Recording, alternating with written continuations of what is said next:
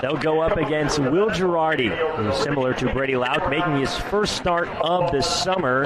Chatham comes out on the field in white pinstripe pants, white jerseys with a blue and red number, blue caps and red brims. Brewster, on the other hand, the navy jerseys, white numbers, white pinstripe pants, the teal hats, and navy brims with the navy helmets.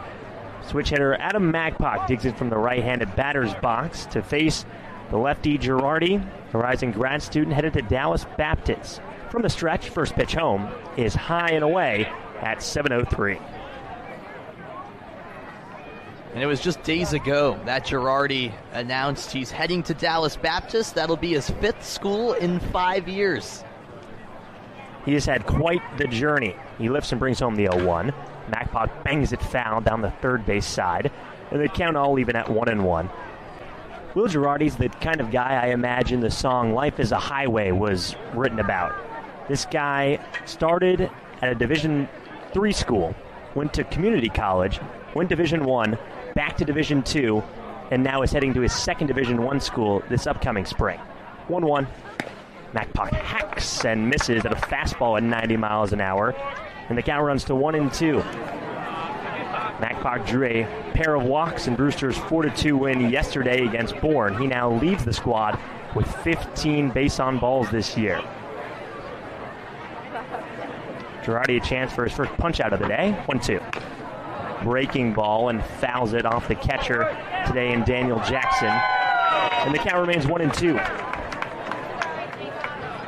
Barely any wind blowing out today in Chatham. We had a game-time temperature of 80 degrees, but it's very sticky today on the east side of the Cape. A very packed Veterans Field. Another 1-2. Magpock swats it foul to the mesh. And the count remains 1-2. So those schools I was talking about with Will Girardi, he began his career at the University of Wisconsin-Eau Claire in Wisconsin, Saddleback Community College in California, then went to UNLV in Las Vegas, and just recently played his ball at Lenoir-Rhyne University in North Carolina. Headed to Texas now, and the 1-2. Breaking ball missed on the inner half of the plate, and the count even at 2-2. And then in addition to that, he's played summer ball now in Wisconsin, Idaho, and now Massachusetts. So he's gone Midwest to West Coast to East, and now he's headed to the South. Magpock's headed from East to the West. Played his college ball this past spring at Boston College, but is headed to San Diego State this upcoming fall. He awaits another 2-2 pitch from the left-hander. And he swings and misses for strike 3. First punch out of the day for Will Girardi. Sits down the first batter in the top of the first. And let's give you the rest of that Chatham defensive alignment. From left to right in the outfield, it reads Reed Stallman, Jackson Freeman, and Jake Hanley. And the infield is made up of Roman Martin and Chase Freilich on the corners, with Isaiah Lane and Trace Mazan making up the middle infield, and Daniel Jackson in harness behind the plate. Second place hitter Brendan Lawson up to the plate, wheeling that bat high in that left-handed batter's box. With one out and the bases empty, first pitch is a half swing, but he didn't go around. 1-0 on the rising sophomore at Florida, who has been one of Brewster's most potent bats in the lineup since July 1st. Was an all-star selection for the Whitecaps and a team-leading 4 home runs. The lift and the 1-0. Parried foul and out of play. Lawson a little late on that fastball from Girardi. Throws that pitch just about 72% of the time, humming in there around 90 miles an hour. He's got a 5-pitch arsenal that pairs the fastball with a slider, curveball, changeup, and cutter.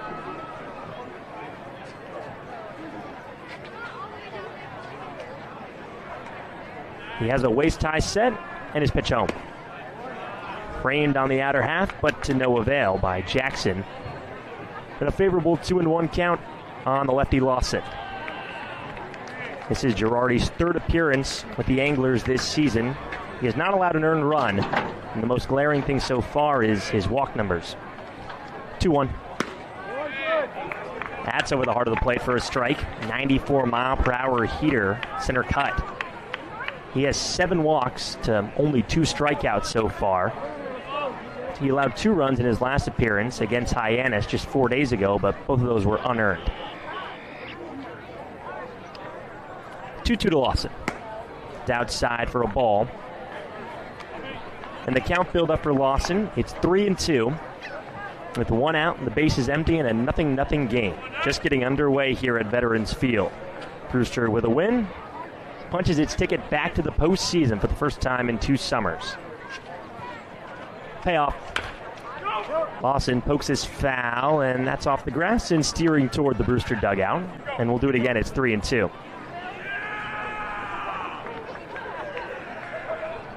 One of the most impressive things about Girardi is that he came on to the Cape after throwing over 100 innings this past spring with Lenore Ryan. You don't see those type of pitchers come and play summer ball, especially in the most prestigious summer ball league. Another payoff coming. Another breaking ball, swatted foul and out of play. When looking at the stat line for Girardi this past season at Lenore Ryan, that's what jumps off the page. It's rare you see a guy pitch over 100 innings for their school. Never mind, play summer ball afterwards. It shows you how much he just loves to play baseball and how much the Cape League means to a guy like Girardi. And he'd love to retire Lawson right here. This is pitch number 7 of the AB. Here it is. Lawson loops this into left field for a base hit. Inside out swing by the left-handed batter. Puts a runner on for Brewster with only 1 out, with Brody DeLamelier stepping up to the dish. And you could argue that's an underrated aspect of Lawson's game, where he has the ability to just poke one out to the opposite field, and that takes, a lot of reps, a lot of practice when you're maybe not a power hitter for that pitch in particular, but you find a way to get on base. He has a short lead over by Chase Fralick, holding him at first. First pitch to the righty DeLamelier is down and in for ball 1.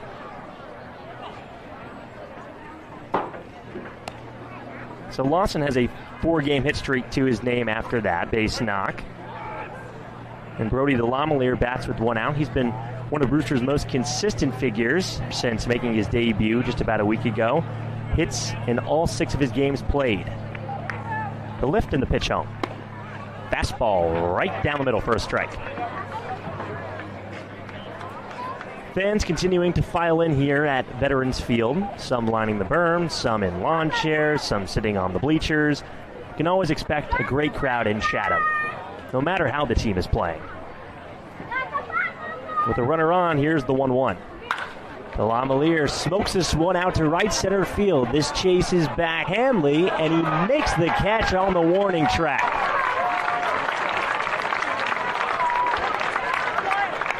DeLamelier got good wood on that pitch, but Hanley just got it near the 357 blue wall here at Veterans Field. That's the second out in the top of the first, ahead of the cleanup man and Ryan Martin. It really felt like that had home run potential. The ball just kept on carrying back, but good concentration from Hanley on the track and up against the wall, making an important catch early on in this game. Lawson still on first, and the lefty Girardi's first pitch to the righty Martin is looped down the left field line and foul. That had some good power on it as well. We were talking with George Lunn on the Cape Air pregame show about why Martin is in this spot today. He's hitting nearly 400 against Southpaws this season, and he had a homer yesterday against Bourne's lefty starter and Matthew Shorey. 0-1 pitch. Fastball left a little high. And the count even at 1-1. So a little Dallas Baptist on Dallas Baptist crime. Patriot on Patriot, you could say. Ryan Martin also heading to Dallas Baptist this upcoming fall. 1-1. Breaking ball just off the plate. That runs the count to 2-1. And these are two guys that are a great representation of how hard you can work to get here on the Cape and make it D1. They both played JUCO ball at one point, Martin starring at Georgia Highlands. He hit over 430 at Georgia Highlands. 2-1. Pop up. This won't leave the infield. Middle of the diamond. A Brewster runner got knocked over by the second baseman, Trace Mazan, who makes the catch for out number 3. little bit of a wild way to end the top of the first, but Brendan Lawson smiling through it all as we head to the bottom of the first. And Chatham is coming to bat at Veterans Field on the Brewster Whitecaps Baseball Network. The Brewster starter, Tegan Kuhns, got something he didn't get all last time out he faced YD. That is, run support. Brewster tacked on 1 run to knot this game at 1 apiece as we're in the second inning on the Brewster Whitecaps Baseball Network. With Sam Reese, I'm Max Gifford. Thank you so much for joining us. Kuhns set to deal with 6, 7, and 8 in the Kituit order, beginning with Camden Johnson, the recent commit to Oklahoma after leading the Wichita State Shockers this past season with a .326 average. He's hitting the Mendoza line right now on the Cape at 200 with 9 hits. He has racked up 3 doubles and 4 RBIs in the process as well, though. Also has drawn 5 walks, so despite the 200 batting average, does find ways to get on, to your point. And this will help, too. He might get hit number 10 here, and he does. This pegs the gap between Sear and Ragsdale, and he's going to be up standing at second with a lead-off double in the second. There you have it. And it seems like on both sides, Max, the bats came to play. It's been a lot of offense so far. 6 combined hits already between the two teams. They're punching and counter-punching right now, it seems.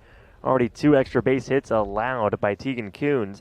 The one off the bat of Jack Natilli gave Kituit the lead in the first. Brewster's just strung together singles, and they had 3 straight in the first inning. A check back on Johnson, and the pitch comes home to Nolan Stevens, who could really use a coming-out party with the bat.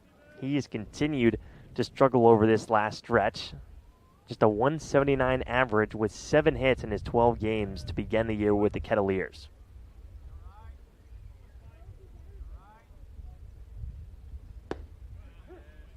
There's a rare breaking ball from Kuhns that nicks the outside corner for a strike.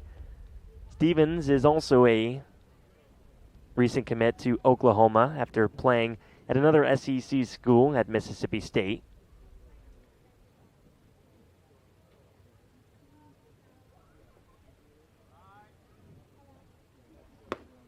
And he swings through a 94-mile-per-hour fastball for strike 2.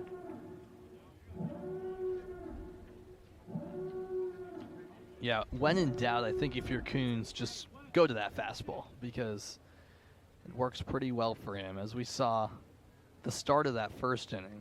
Stevens reached on an air the last time these two teams faced. The 1-2. Foul the side, and he'll stay alive here. And Sam, I know you've gotten a chance to talk to Stevens a couple times this season already. You were with him last year down in Newport with the NECBL, and this is not the kind of numbers that he expects to be putting up. No, not at all. He batted .324 for the goals last summer, was an all-star starter, one of the best hitters on a stacked goals roster last summer.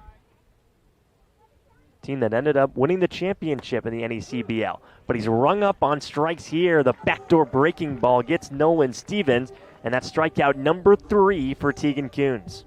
You want to talk about a perfectly placed pitch. That's what Kuhns just delivered.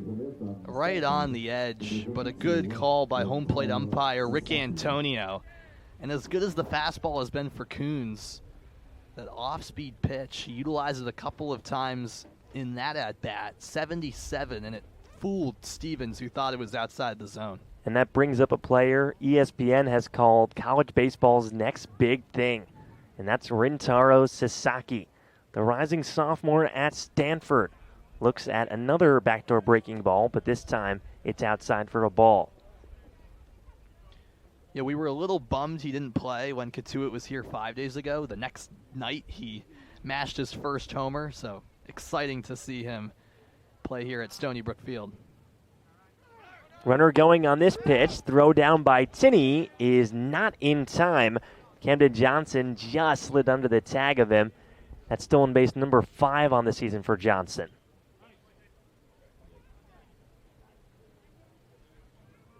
So now Sasaki a chance to drive in Johnson with only 1 out in a 1-1 game. Sasaki hails from Japan. Played at the same high school as, I don't know if you've heard of him, Shohei Ohtani. And he swings through a high heater. And it's 1-2 on the lefty Sasaki. And one of the coolest things reading about Sasaki is that his dad coached that high school. So he used to be Ohtani's coach as well. And a lot of the best Japanese players have come through that school coached by Sasaki's dad. He hit 140 home runs in high school, but he can't quite connect on one there. A swing and a miss for strike 3, and how about already up to 4 punch-outs for Tegan Kuhns. Yeah, when he's on, he's on. And he pitched in a similar manner this past spring at Tennessee, where he limited the walks just 16 in his 36-plus innings of work and racked up 40 strikeouts. So he definitely has a good ball-to-strikeout ratio, did so in his freshman year at Tennessee, and doing so far on the Cape. Has a chance to get out of chance to put out a second-inning fire with Case Sanderson up to the plate. He takes a ball down low. Sanderson's a rising junior at the University of Nebraska. And after allowing a leadoff double, Kuhns has had back-to-back strikeouts. The 1-0. That breaking ball is really working right now for Kuhns. It is. More times than not, he's locating the zone with that breaking ball. On the off occasion, he's missed it out wide, but he's got it down for the most part, in addition to that fastball. And this is whammed down the right field line, but steering foul. That was loud off the bat. How about 102 miles an hour landing in the Katuitt bullpen over in right field? If he had squared that up, it had potential for sure to leave this place. Looked really good off the bat. You mentioned the exit velo. Kuhns has to be careful now. Has a chance for strikeout number 5. He's nodding. Does he want it? Not quite yet. So an even count on Case Sanderson. I mentioned Natili, who has the RBI double. He's the only righty in this Katuitt lineup. Just like last time, it's a lot of lefty bats you'll see. Johnson's on third with 2 balls, 2 strikes, and 2 outs. The pitch. And just inside, Tinney was ready to walk to the dugout, but he'll have to stand in for at least one more pitch. That rides the count full on Sanderson. It is the right call. As much as Tinney and Kuhns would have loved the strike 3 call, it was just a hair inside at 96. Already 8 strikeouts for Sanderson this year, hitting just 148 in the Cape. The payoff. Right down central for strike 3. 6 outs for Tegan Kuhns, and 5 of them are strikeouts. We're headed to the bottom of the second in a 1-1 deadlock on the Brewster Whitecaps Baseball Network.